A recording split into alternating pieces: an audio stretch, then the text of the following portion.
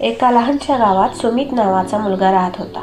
घरची परिस्थिती साधीच होती. वडील शेतात काम करणारे, आई घरकाम करत दिवसभर थकलेली. सुमित अभ्यासात हुशार होता, पण परिस्थितीमुळे स्वप्न पाहायची हिंमतच होत नव्हती. एक दिवस तो खूप निराश झाला. मनात विचार आला, सगळ्यांचं आयुष्य पुढे जात आहे, मी इथेच अडकलोय.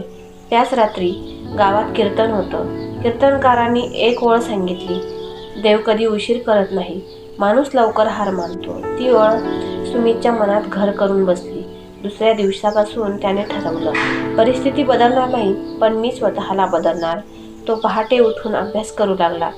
दिवसा काम करायचा आणि रात्री थकून सुद्धा स्वतःला म्हणायचा, आज नाही तर उद्या, पण मी नक्की यशस्वी होणार. वर्ष गेली. हळूहळू सुमितचं नशीब बदललं. तो शिकला, पुढे गेला आणि एक दिवस त्याच गावात परत आला. आता तोच मुलगा इतरांसाठी प्रेरणा बनला होता.